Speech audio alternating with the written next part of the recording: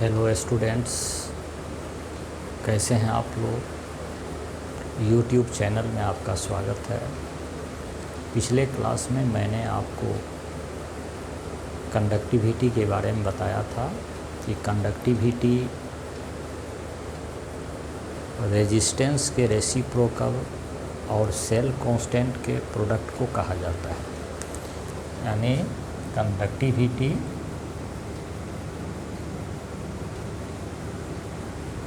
जिसको कप्पा से हम लोग डिनोट करते हैं, ये रेजिस्टेंस का रेसिप्रोकल इनटू सेल कांस्टेंट यानी L/A के प्रोडक्ट के इक्वल होता है। तो रेजिस्टेंस का जो रेसिप्रोकल है इसी को हम लोग कंडक्टेंस कहते हैं। तो कंडक्टेंस इनटू सेल कांस्टेंट, इसी को हम कंडक्टिविटी कहेंगे। तो आज हम आप लोगों को ये कंडक्टिविटी किसी भी इलेक्ट्रोलाइटिक सॉल्यूशन के लिए ये कंडक्टिविटी को कौन कौन सा फैक्टर्स अफेक्ट करता है उसके बारे में बताते हैं। यानी आज का ये टॉपिक है कि the factors which affects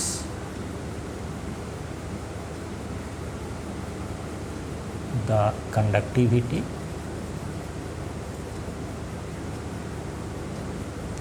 of electrolytic solution। किसी इलेक्ट्रोलाइटिक सॉल्यूशन में ये कंडक्टिविटी को कौन कौन सा फैक्टर्स इफ़ेक्ट करता है। तो सबसे पहला देखिए कि नेचर ऑफ इलेक्ट्रोलाइट।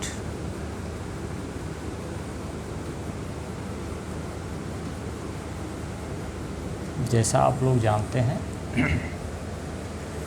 जो स्ट्रॉन्ग इलेक्ट्रोलाइट होते हैं वो एक्वस सॉल्यूशन में उसका डिसोसिएशन जो है लार्ज एक्सटेंट में होता है, यानी ज़्यादा मात्रा में होती है।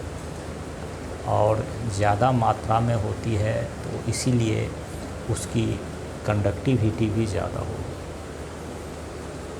तो जो स्ट्रॉन्ग इलेक्ट्रोलाइट होंगे उस केस में उसकी कंडक्टिविटी ज़्यादा होगी और वीक इलेक्ट्रोलाइट के केस में उसकी कंडक्टिविटी कम होगी। ठीक है। Strong electrolyte has greater tendency to produce ions, hence it has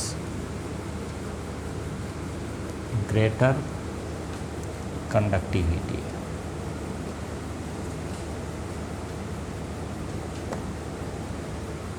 and vice versa। यानी जो इलेक्ट्रोलाइट वीक इलेक्ट्रोलाइट होंगे उस केस में उसका डिसोसिएशन कम होगा और उसमें आयन का डिसोसिएशन कम होने के कारण उसकी कंडक्टिविटी कम होगी। तो ये आपका पहला था नेचर ऑफ इलेक्ट्रोलाइट। दूसरा है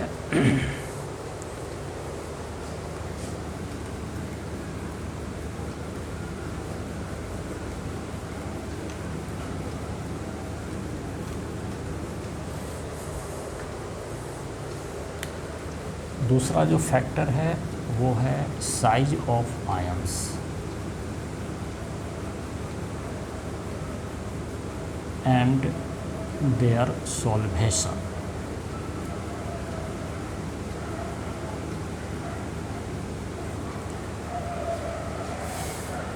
देखिए, जब हम किसी इलेक्ट्रोलाइट को उसके सॉल्वेंट में मिलाते हैं तो दोनों के बीच अट्रैक्शन फोर्स अगर ज़्यादा होगा तो उस केस में आयन का डिसोसिएशन कम होगा और आयन का डिसोसिएशन कम होगा इसलिए उसकी कंडक्टिविटी कम होगी। तो मीन्स ये हो गया कि जिसकी चार्ज डेंसिटी ज़्यादा हो। देखिए चार्ज डेंसिटी किसको कहा जाता है? चार्ज डेंसिटी इक्वल टू होता है कि साइज ऑफ आयंस, मतलब जिस आयंस का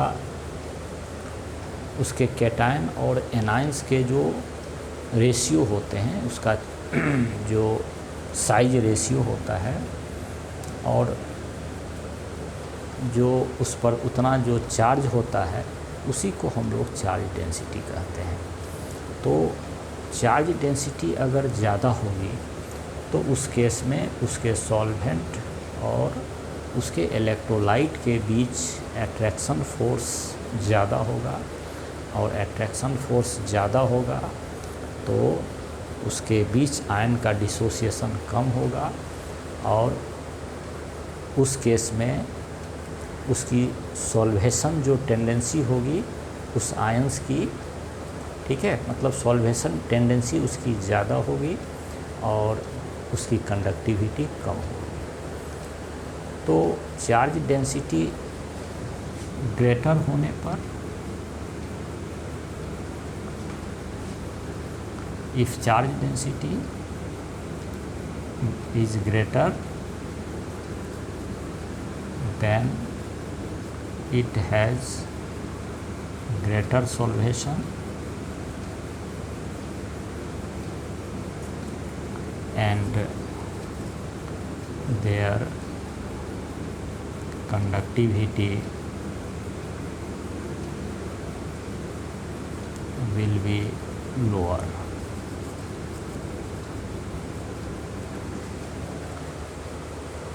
तो ये आपका दूसरा फैक्टर था कि अगर हम किसी इलेक्ट्रोलाइटिक सॉल्यूशन को, सॉल्यूशन में इलेक्ट्रोलाइट की अगर चार्ज डेंसिटी ज़्यादा होती है तो उस केस में उसके सॉल्वेंट और इलेक्ट्रोलाइट के बीच अट्रैक्शन फोर्स ज़्यादा होगा, यानी उसमें उसकी सॉल्वेशन टेंडेंसी ज़्यादा होगी, आयन का डिसोसिएशन कम होगा, और उस केस में उसकी कंडक्टिविटी कम होगी।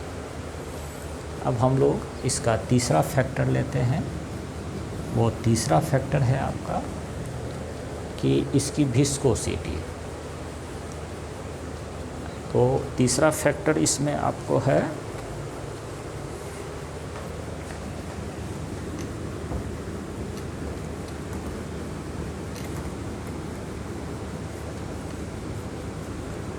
nature of solvent and its viscosity। जिस इलेक्ट्रोलाइटिक सॉल्यूशन में अगर जो सॉल्वेंट है अगर वह पोलर है तो पोलर के केस में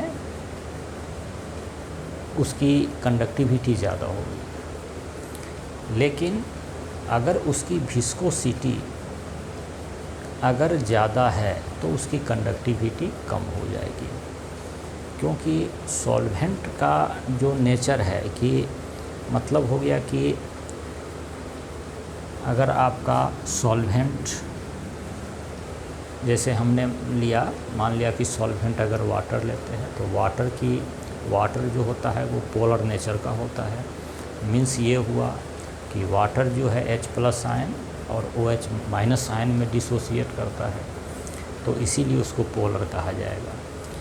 तो पोलर के केस में, पोलर सॉल्वेंट के केस में उसकी कंडक्टिविटी ज़्यादा होगी, और अगर विस्कोसिटी ज़्यादा होगी, किसी भी सॉल्वेंट का अगर हम विस्कोसिटी ज़्यादा होगा तो उस केस में उसमें आयन का मूवमेंट कम होगा, क्योंकि उसमें ज़्यादा फ्रिक्शन फोर्स काम करेगा, और उस केस में उसकी कंडक्टिविटी कम होगी। तो इसीलिए polar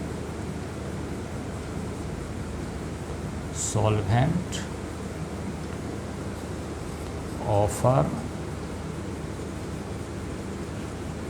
greater conductivity and the solution having higher viscosity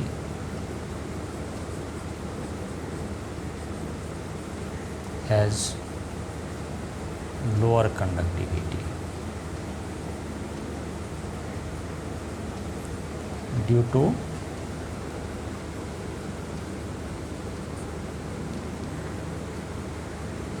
flow of ions will be lower। इसमें आयन का जो फ्लो होगा वो लोअर होगा। तो ये आपका तीसरा फैक्टर था। ये आप नेक्स्ट देखिए इसका फैक्टर्स। नेक्स्ट जो है इसका फोर्थ नंबर वो है कंसंट्रेशन ऑफ सॉल्यूशन। फोर्थ में आपका है कंसंट्रेशन ऑफ सॉल्यूशन। तो जैसा आप लोग जानते हैं कि कंसंट्रेशन हम कहेंगे कि कंसंट्रेशन जो है C = N/V। अगर हम लोग मोलर कंसंट्रेशन लेते हैं तो 1 लीटर वॉल्यूम अगर सॉल्यूशन में जितना नंबर ऑफ मोल्स किसी सॉल्यूट का डिजोल्व है तो उसको हम लोग मोलर कंसंट्रेशन कहेंगे।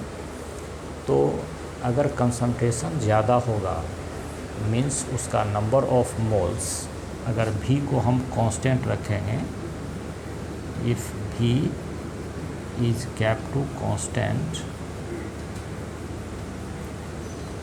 then C directly proportional to N। तो अगर हम वॉल्यूम कांस्टेंट रखते हैं तो अगर नंबर ऑफ मोल्स इसमें इंक्रीज करते हैं तो मेरा कंसंट्रेशन भी बढ़ता है। तो इस केस में कंसंट्रेशन अगर ज़्यादा है किसी सॉल्यूशन का तो उस केस में क्या होगा कि आयन का डिसोसिएशन कम होगा, और आयन का डिसोसिएशन कम होगा इसीलिए उसकी कंडक्टिविटी कम होगी। तो greater the concentration of solution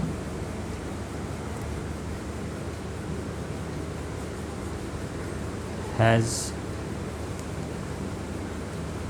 lower conductivity।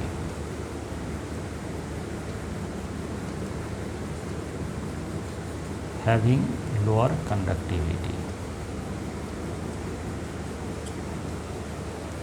क्योंकि इस केस में आयन का डिसोसिएशन कम होगा, यानी आयन का मूवमेंट कम होगा। आयन के मूवमेंट कम होने के कारण इसका जो है कंडक्टिविटी कम होगा। और ये 5 नंबर आपका जो फैक्टर है वो है टेम्परेचर।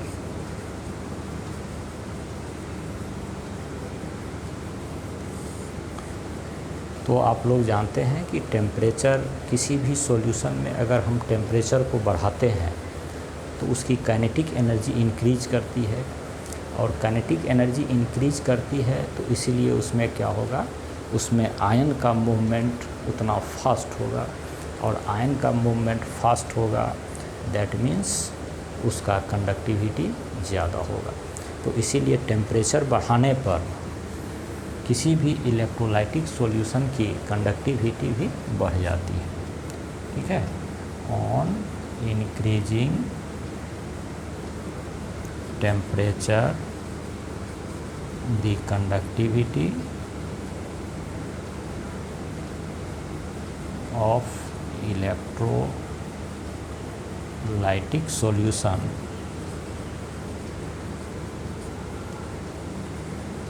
will be increases। तो इस तरह से आपको किसी भी इलेक्ट्रोलाइटिक सॉल्यूशन में ये 5 फैक्टर्स जो हैं वो उसके कंडक्टिविटी को अफेक्ट करता है। यानी इन्हीं 5 फैक्टर्स से किसी भी इलेक्ट्रोलाइटिक सॉल्यूशन का कंडक्टिविटी को हम मेजर करते हैं। तो आज आप लोगों को ये बताए, फिर आगे का जो क्लास होगा उसमें हम लोग फिर मोलर कंडक्टिविटी और इक्विवेलेंट कंडक्टिविटी के बारे में बताएंगे।